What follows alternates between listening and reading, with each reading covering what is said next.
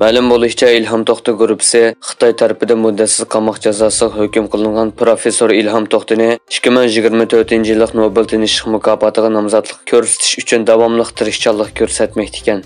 2014-yil turmaga tashlangandan buyon Ilhom To'xta 2019-yil Yevropa parlamenti tarafidan kishilik huquq va fikr erkinligini qo'g'daydiganlarga beriladigan Sakharov mukofoti va Václav Havel kishilik huquq mukofoti qatorliq xalqaro mukofotlarga erishdi. Ilhom To'xta guruhining qurg'uvchisi Anvarjon o'zining keyingi nishonining Nobel tinchlik mukofoti ekanligini ta'kidlab mundaq dedi: O'z xalqining erkinligi va huquq uchun o'zini qurbon qilgan Ilhom To'xtaning dunyodagi eng nufuzli mukofotga erishishi, uning Uyg'urlar uchun qilgan ko'rishining xalqaro jamiyat tomonidan yana bir qadam e'tirof qilinganligini ifodalaydi. Xitoy hukumatining Uyg'urlarga qarata ijro qilayotgan chegara halqagan zulm va hujumlari yaqinqi yillarda borgan-sari avjiga chiqayotganligi ma'lum. Ana shu xil hujumlarning biri 3-noyabr kuni Uyg'ur harakati tashkilotini nishon qilgan. Mazkur tashkilotning to'rbeti 3-noyabr kuni noma'lum xakerlarning to'r hujumiga uchragan hamda butunlay polish holatga tushirib qo'yilgan. Shuning bilan birga to'rbat yuzidagi barliq mazmunlar o'chirilib, uning o'rniga Xitoy markaziy hukumatining xabarlari choplab qo'yilgan. Tashkilotning ijroiya direktori Roshan Abbas bu haqda Twitter betida uchur yo'llab, o'zlarining Xitoy hukumatiga qarshi faoliyatlarining bu qatimqi to'r hujumiga sabab bo'lganligini eskartgan. Xitoy jinoiy ishlar guruhining 7 a'zosi Avstraliyada davlatning eng chong pul perevod qilish shirkati orqali necha 100 million dollar pul yuyganligi uchun qo'lga olingan.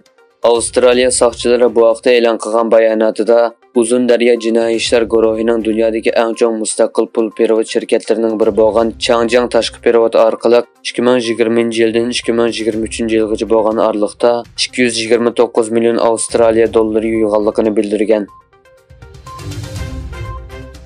Amerika Avam palatasi Amerika hukumatini Xitoyning uchquchsiz havo apparatlarini sotib olishni cheklash qonun loyihasini sunishga tayyorlangan. Angliya pul muomala vaqt gazetining xabarida bildirilishicha, Amerika Avam palatasining Amerika bilan Xitoy kompartiyasi o'rtasidagi strategik raqobat komitetining alohida xodimi, shundaqla Cumhuriyetchilar partiyasining raisi Mike Gallagher va demokratchilarning yuqori darajali parlament a'zosi Raja Krishnamurti chorshanba kuni Amerika bexatarlik uchquchsiz aeroplani qonun loyihasini sunadi ekan.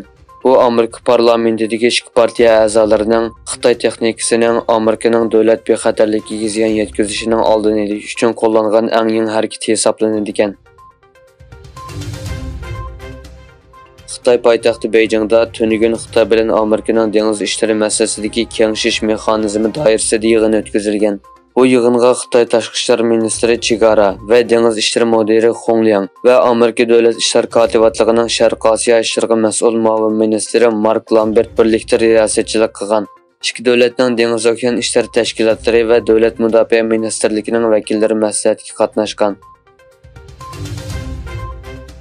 Avstraliyaning G'azadagi Almigaz musofirlar lageridagi bir uyga qilgan hujumida ko'pinchisi ayollar va bolalar bo'lib 21 odam hayotidan ayrildi. Egilinishcha, Avstraliya armiyasi yana Indoneziya doktorxonasining atrofida kam deganda 15 qatim havo hujumi olib bordi.